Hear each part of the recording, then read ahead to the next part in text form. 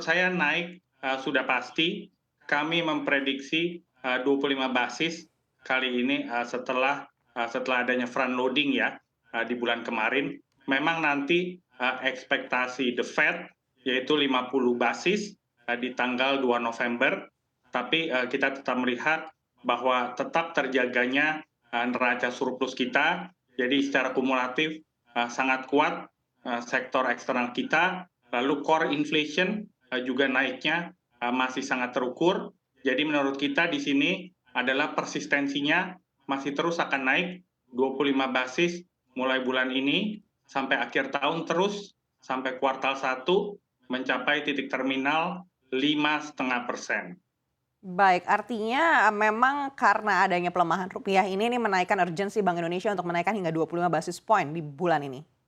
Ya, sudah pasti 25. Konsensus jangan salah, mereka melihat lebih agresif 50 basis, tapi kalau dari kami memang karena dua alasan kuat tersebut, bahwa contohnya rupiah pun tidak tergerus belum sampai double digit.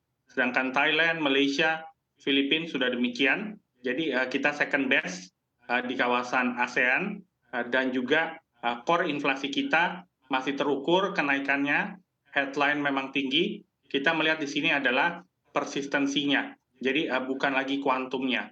Jadi kita melihat 25 basis di hari Kamis, bulan depan 25, Desember juga 25, akhir tahun di 5%.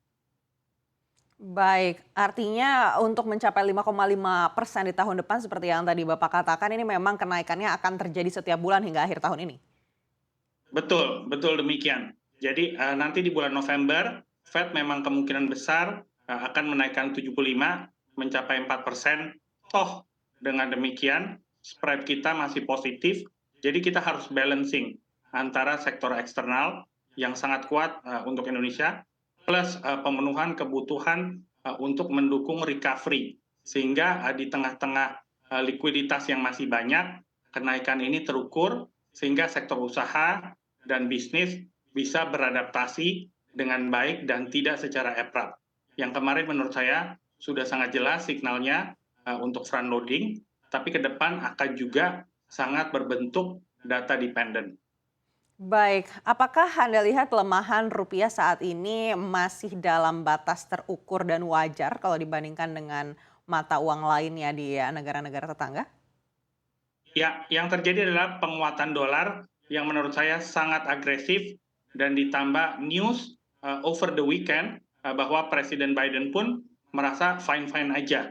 Jadi memang ke depannya seturut dengan agresivitas the Fed yang masih akan terus mengerek suku bunganya sampai mungkin di 5%, antisipasi tersebut pastinya akan mendorong US dollar untuk menguat. Yang notabene berarti mata uang lainnya termasuk rupiah otomatis akan melemah. Jadi memang di sini kuncinya juga adalah manajemen melalui triple intervention dan juga komunikasi yang clear dari pembuat kebijakan, terutama BI, supaya bisa menjangkar stabilitas nilai tukar. Tapi lagi-lagi data menunjukkan nilai tukar kita masih di dalam ambang batas yang secara relatif dan komparatif aman. Baik, artinya apabila Bank Indonesia menaikkan hingga 25 basis point di pekan ini, apakah ini juga akan efektif untuk memperkuat rupiah? Menurut saya ini tergantung sektor eksternal dan juga pergerakan dolar. Menurut saya tidak langsung, tapi di sini adalah kuncinya, momentumnya akan terus berlanjut sampai BI merasa hal tersebut cukup untuk menjangkar sektor stabilitas sektor keuangan kita, plus nanti juga akan dilihat kondisi global, terutama dari The Fed. Nah, menurut kami memang titik terminal di Fed ini mungkin akan mencapai 4,75 atau mungkin 5%, yang notabene bisa terbilang cukup restriktif.